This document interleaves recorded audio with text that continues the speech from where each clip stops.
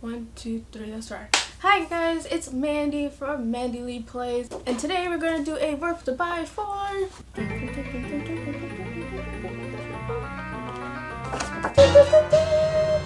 Links Awakening, the remake. So let's unpack this cutie and let's see if it's worth the buy.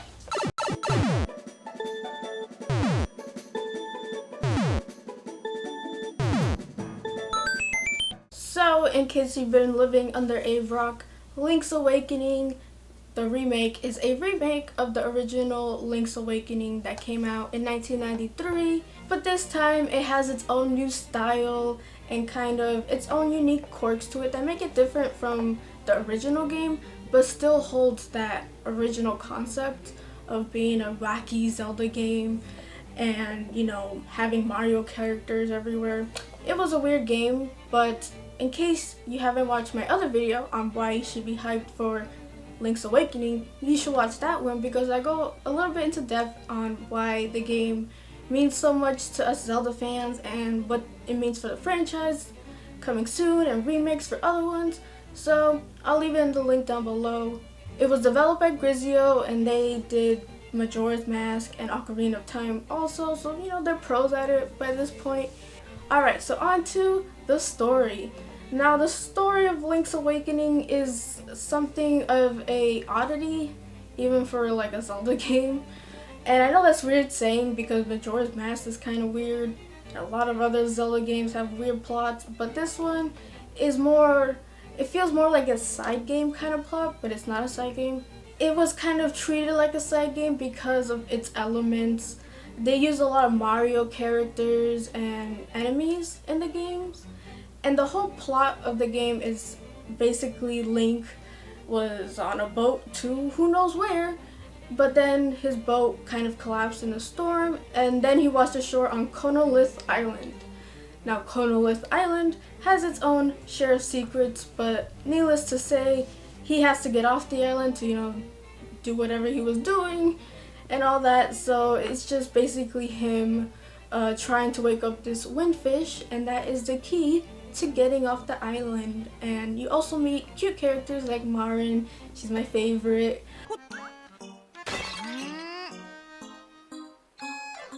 Bow Wow, which is the chain chomp, and other wacky characters here and there.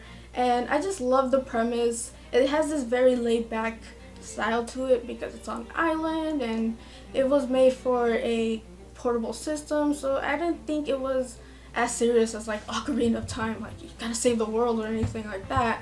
You just gotta get off the island. The world is not gonna be in danger. All you do is go to different dungeons and beat the nightmares, and what the nightmares are is something conjured up by the windfish, and you kind of beat those, and you know, you go on your way, explore the island, find some seashells, hang out with Marin and, you know, the other characters, and just uncover all the secrets that the island has to hold. Now the remake does have its new features, and one of them being the dungeon aspect. Now to be honest, I didn't like that. It was like it was a little too complicated to be fun for me. Kind of felt like something to do if you want to do, but it does give you some items like hearts or I think rupees, but that's about it. Doesn't really give you any big items anyways, but it's there if you want to do it. Now I didn't really enjoy it that much, so not really my thing. Oh, and they added a Link Amiibo, so I actually don't know what he does in the game. Use this to share and trade custom dungeons with your friends. So this just basically saves your dungeon design, but besides that, it's so cute. Yeah, I kind of want to leave mine in the box though.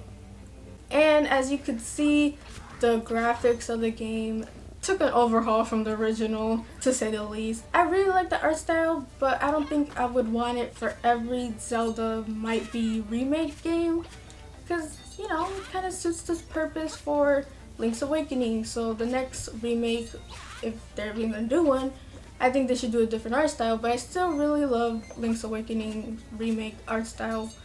It's very to the point, and it goes really well with the game, especially with, you know, the cute characters, and they're so cute. They're so cute. Marin is adorable.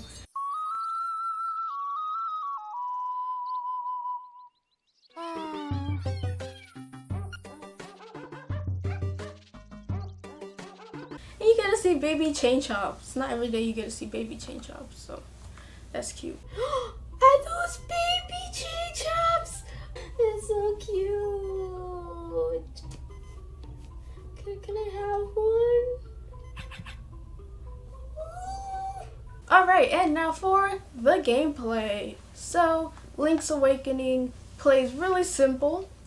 You have a sword, and it has a basic sword attack. And you can hold Y to do a spin attack. Now that's pretty much it for the sword. So there's not really some complicated combat going on. It's just poking your sword at people. But what is more unique is the items you get in the dungeons. Now it's a Zelda game, so pretty much the item you get in the dungeon is used to beat the boss of the dungeon. But it also goes outside of that, and you kind of need the items in different scenarios that you might not kind of think about, but when you think about it, it makes sense to use it. But what I'm just trying to get at is the gameplay is very simplistic. It relies a lot on puzzles and items from dungeons and things like that. But like combat, you just put your shield up when someone's gonna hit you, and then when you want to hit them, poke them with Y. And you can hold Y down and do a spin attack. Now you do get an upgraded sword if you collect enough seashells. And there is also this special dungeon called the Color Dungeon that gives you the options of the Tunic of Offense or the Tunic of Defense. Now, you get the red one, which is the attack, which grants you double attack. But I like the blue one because I like blue, and that grants you double defense. So an enemy that might hit you and take 1 heart now takes half a heart, which comes in handy in the last few dungeons because the game is really simple, but towards the end of the game it gets kind of challenging. There's also a master mode and a regular mode, and regular mode is just regular mode, but master mode is you only have 3 hearts, enemies don't drop hearts, and it's pretty much not easy. So if you want more of a challenge, I would go for the master mode. If you want just a regular Zelda game like normal people, I would just go for the regular mode. Now I do wish there was like a mode in between, like, you know, something hard but not too hard, so a lot of other people won't say, oh, it's too easy, oh, it's too hard, because if you play master mode, it's hard. If you play the regular mode, it's really easy. So I do wish that they would have had like something in between to satisfy kind of like Zelda fans, but not like die-hard Zelda fans or something. And another thing to note is that this game could be pretty quick. It depends on how you play it and how you tackle the dungeons. I believe that if you just go from dungeon to dungeon to dungeon and do all that without doing side quests or, you know, other things, the campaign could be as little as 10 hours to 15. But if you take your time with each dungeon and puzzles and, you know, do all the side quests and all that, it could take you like 20 to 25 hours. Again, depends what kind of player you are. For me, I beat the game in like 20 hours, which is very average because I did the side quest. I didn't get all the hearts or all the seashells, but I did get a lot of them. And I just, you know, spent most of the time cutting grass. So yeah, that's where pretty much some hours went. And it's very therapeutic to cut the grass. Link is the best lawnmower ever. And now for my opinion of the game. Not gonna lie, I'm a little biased because I am a die-hard Zelda fan. If you've been on my channel for like since the beginning, you would know that. And so I'm kind of biased there. So I'm probably not gonna sit here and say don't buy it. Blasphemy. I'll try my best to give you my unbiased opinion. I really love this game. The art style is beautiful and it fits its purpose. The story is very simplistic and the gameplay is very simplistic. So it's a good game to pick up and go and to just have fun. It's very easy, yes, but you can also make it hard. And it's a perfect game for the Switch Lite because it utilizes a lot of handheld aspects because it was a handheld game. So yeah. So ultimately, is it worth the buy?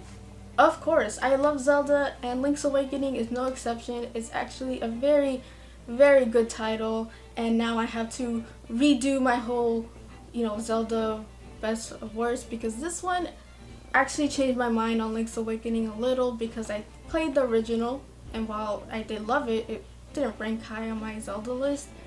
But now that the remake came out, I love it again, and I just hope that they keep this remake train going. But fangirling aside, the game is still good quality, and I highly recommend it.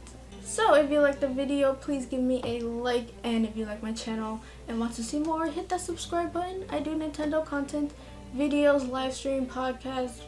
Well, I'm trying on the podcast, all that good stuff. So yay. And ring-a-ding-ding that bell to get notified when any of those things drop, because YouTube ain't doing me any favors, but the bell does, so ring it. Tell me in the comments down below, are you interested in Link's Awakening? Did you play it? Did you enjoy it? How do you think about it? Let me know. You can follow me on Twitter at MandyleePlays. I hope you guys have a beautiful day and play a good game.